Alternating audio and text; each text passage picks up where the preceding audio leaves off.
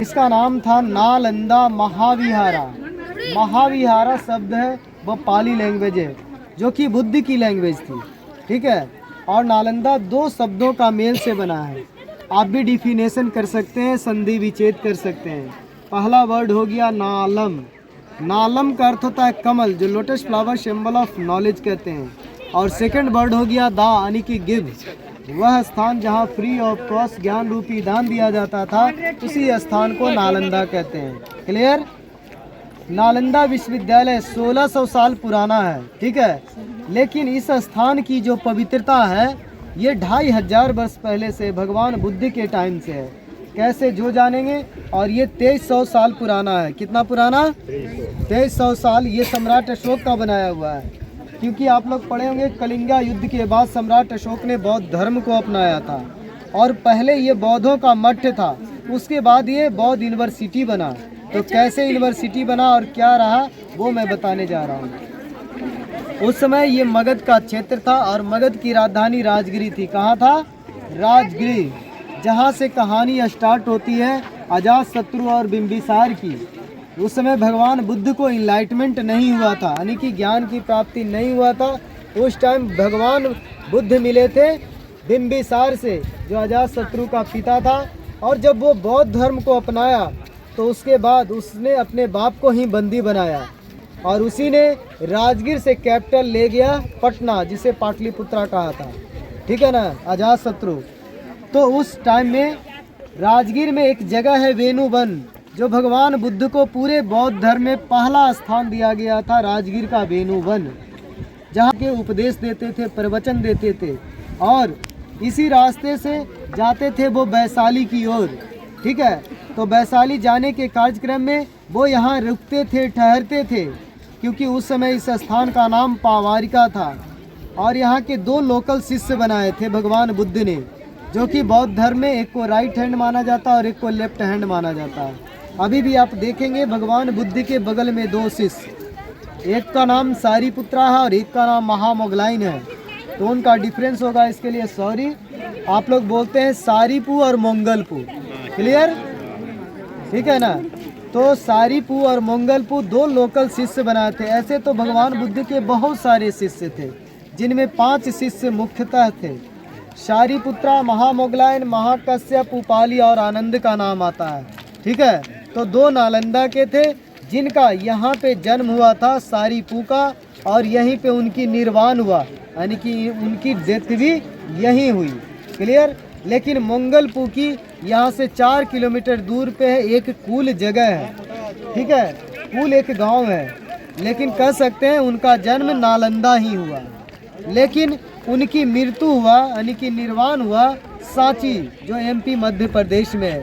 वो महामोगलाइन की स्तूपा, जिनको आप लोग मोंगलपू बोलते हैं। क्लियर हो गए।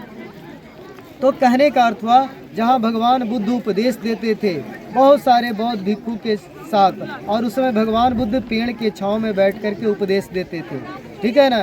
तो उस समय ये बौद्धों का मठ था और उस समय यहीं पे जन्म हुआ। तो उसी पवित्र स्थान पे 1000 वर्ष बाद नालंदा विश्वविद्यालय का निर्माण किया, बौद्ध यूनिवर्सिटी के रूप में। क्लियर हो गए। नालंदा क्या था? बौद्ध यूनिवर्सिटी। और ये दुनिया का पहला अंतर्राष्ट्रीय विश्वविद्यालय बना, जहाँ रहना, खाना, पीना सारा व्यवस्था फ्री में था। लेकिन उस समय अपना इंडिया में 3 विश्वविद्यालय चलते थे।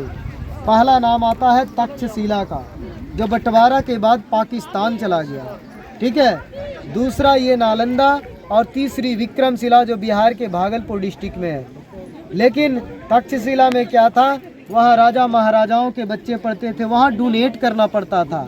लेकिन नालंदा में सारी व्यवस्था फ्री थी। नालंदा का जो एरिया था 10 किलोमीटर लंबा और 5 किलोमीटर चौड़ा। ये मैं नहीं कह रहा हूँ, ये अकॉर्डिंग टू ह्वेन सांग डायरी कहती है। क्योंकि ह्वेनसांग की डायरी के आधार पे हम लोग बताते हैं और उन्हीं के डायरी के आधार पे इसकी खुदाई हुआ है। ये पूरा खुदाई करके निकाला गया, तब जाके ये पार्ट मिले हैं।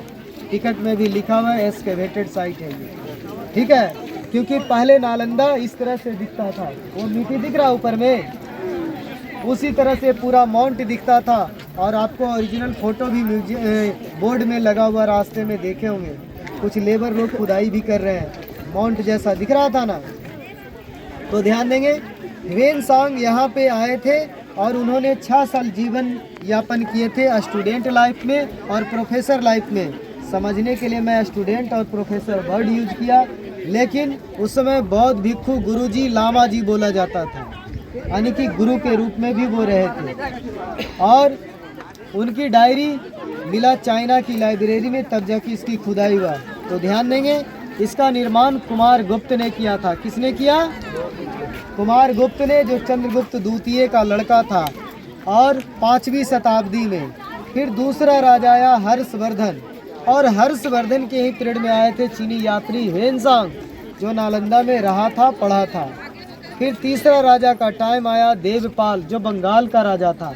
तो 5वीं शताब्दी में कुमारगुप्त, 7वीं शताब्दी में हर्षवर्धन और 9वीं शताब्दी में देवपाल, जो धर्मपाल का लड़का था। क्लियर?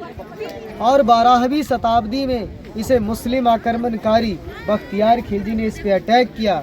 तो बताया जाता है कि 6 मंथ बर्निंग, 6 महीने तक यूनिवर्सिटी जलती रही, और जलने का परिणाम आपको जगह जगह मैं दीवारों पे दिखाऊंगा, ठीक है। तो कह सकते हैं 700 सालों तक यूनिवर्सिटी चली, और 700 साल के बाद इसकी खुदाई हुआ।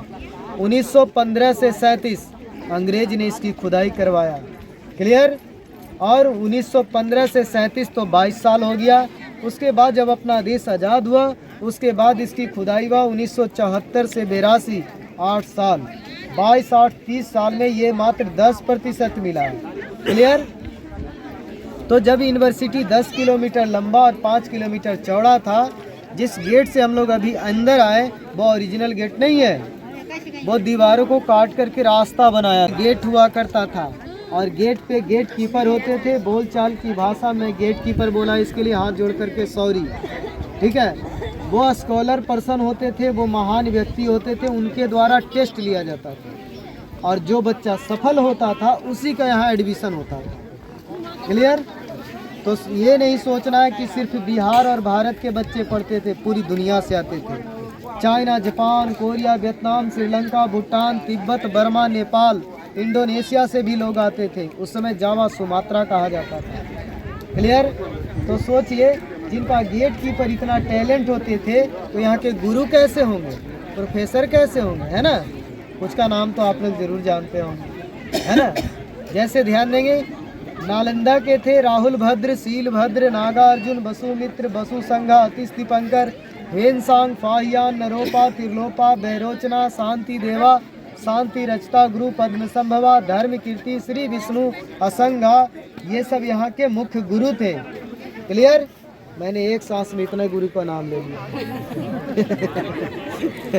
अच्छा लगा? क्लियर? तो मात्र 10% खुदाई हुआ है। तो 10% में 11 मोनेस्ट्री मिले हैं। इंग्लिश में बोलते हैं मोनेस्ट्री, ठीक है ना। और हिंदी में बोलेंगे विहार, जो VIHR लिखा था, विहार। विहार का मतलब होता है रहने पढ़ने की जगह को विहार बोलते हैं, और हम आप इसे समझने के लिए हॉस्टल, छात्रावास। लेकिन दूसरी भाषा में बोलेंगे जहाँ बौद्ध भिक्षु रहते थे, पढ़ते थे, उसे बोलते हैं विहार। और तीसरी भाषा में बोलेंगे जहाँ तीसरी भाषा में बोलेंगे घूमने की जगह को भी विहार बोला जाता है। क्लियर हो गया? तो 11 मोनेस्ट्री मिला है, और यहाँ से लेकर के ये 6 टेम्पल मिले हैं। क्या मिला है? टेम्पल। टेम्पल में कहीं नहीं मूर्तियाँ हैं, ठीक है, सिर्फ भगवान बुद्ध की छोटी छोटी मूर्तियाँ हैं जो ये टेम्पल में है। क्लियर? बाकी जितना टेम्पल है, सर से भी बड़ा बड़ा हाइट का जो मूर्ति मिला है, सब म्यूजियम में रखा हुआ है। जला हुआ चावल है, हांडी है, औजार है, ब्रश है, बुद्ध की मूर्तियाँ, बड़ी बड़ी मूर्तियाँ हैं। क्लियर? तो अब हम लोग चले, कम से कम एक हॉस्टल जरूर दिखाएंगे आप लोग को। गुणवत्ता और विश्वसनीयता के लिए प्रसिद्ध अवार्ड ऑफ एक्सीलेंस से सम्मानित भूषण ज्वेलर्स